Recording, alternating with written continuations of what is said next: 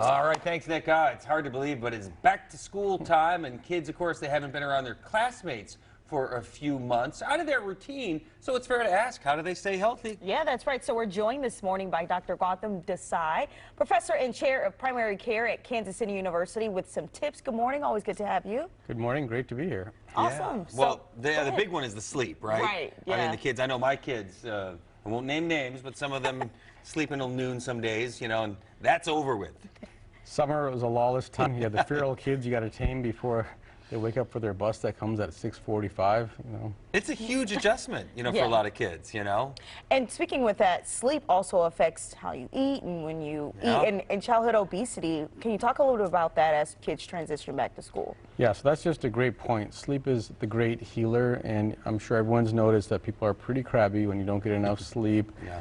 But your body is affected as well, so there's certain hormones, the stress hormones that get released, and they can help you gain weight if you're not sleeping enough.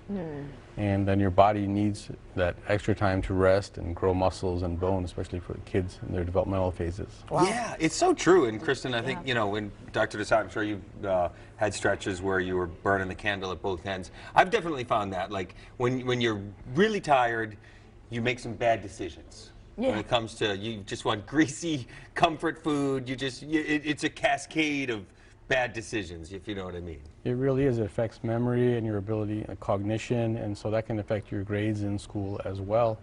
Yeah, and also, of course, bullying, anxiety. There's a lot of psychological minefields that kids have to navigate as they, you know, they go out of their summer routine. All of a sudden, I've seen it with my own kids. I mean, you know, it is stressful. I can tell it's taxing on their psyche. It really is. When I was little, we used to just get on our bikes on Saturday, say bye to mom, ride a bike around. You have in-person bullying, so there's so many places where kids can get anxiety. They compare themselves to other kids based off of, you know, not real stuff on Instagram, things like that. Yeah. What advice do you have for parents as they get ready to transition, or some even already starting school, as far as mental health and just healthy bodies too? You know, I think the best thing that parents can do is just taking the time to talk to their kid just for 5 minutes a day. Just put phones down, even just asking a few simple questions, and that way you kind of get to know the baseline for your child. So if they're bothered, sometimes they're reluctant to tell you.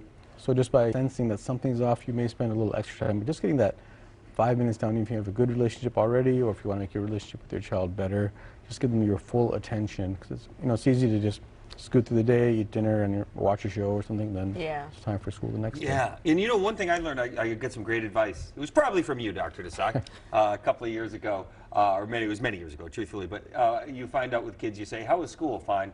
What'd you do? Nothing.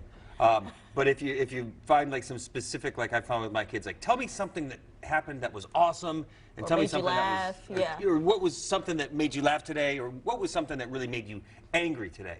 You know, and then I found a very sort of stoic, non-communicative, you know, kid starts really relating everything that happened that day. Yeah, no, that's a great idea. Just finding something in common and finding what can open up those doors of communication. And is there anything else you want parents to know as they start off the year? Well, after giving each other a high five, one thing I think is processed foods. Just going back to the obesity is just maybe making a small change in the approach to the dinner time and just talking to your kids about a menu. And that's what I've been personally trying to do, is just trying to back from processed foods, because they're everywhere. So if you make an effort, you'll find that you'll be much, much healthier. I think we're getting more research studies on those too. All right, Dr. Desai, great advice as we all ramp up and head back to school. Yeah, thanks so much for being here. Hey, it was my pleasure. Thank you both. We'll see you soon. Have a great week. Kathy?